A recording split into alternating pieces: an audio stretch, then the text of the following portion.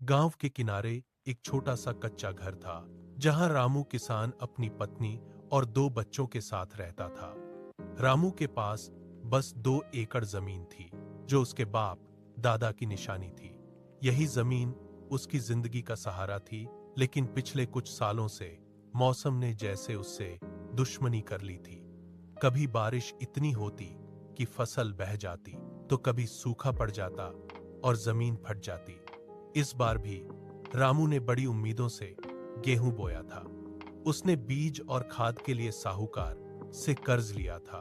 हर सुबह वह सूरज निकलने से पहले खेत पर पहुंच जाता और देर शाम तक मेहनत करता।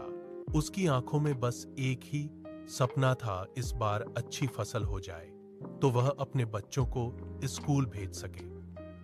दिन बीतते गए, फसल धीरे धीरे हरी होने लगी। रामू का दिल उम्मीद से भर गया, लेकिन तभी अचानक आसमान में काले बादल छा गए। तेज आंधी और ओलावृष्टि शुरू हो गई। रामू खेत की ओर भागा, लेकिन तब तक बहुत देर हो चुकी थी। उसकी पूरी फसल बर्बाद हो चुकी थी। रामू घुटनों के बल जमीन पर बैठ गया। उसकी आंखों से आंसू बहने लगे। उसे समझ नहीं आ रहा था कि अब वह साहूकार का कर्ज कैसे चुकाएगा, परिवार का पेट कैसे भरेगा।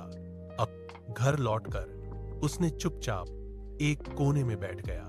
उसकी पत्नी ने उसे हिम्मत दी और कहा, हिम्मत मत हारो, सब ठीक होगा। अगले दिन रामू फिर खेत पर गया। उसने बर्बाद फसल के बीच खड़े होकर गहरी सांस ली और मन ही मन ठान लिया कि वह हार नहीं मानेगा। उसने खेत को फिर से तैयार करना शुरू किया। इस बार उसने गांव के अन्य किसानों से सलाह ली और नई तकनीकों के बारे में सीखा। धीरे धीरे समय बदला, मेहनत रंग लाई और अगली फसल अच्छी हुई।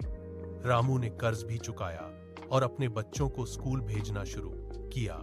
उसकी जिंदगी में अभी भी कठिनाइयां थीं,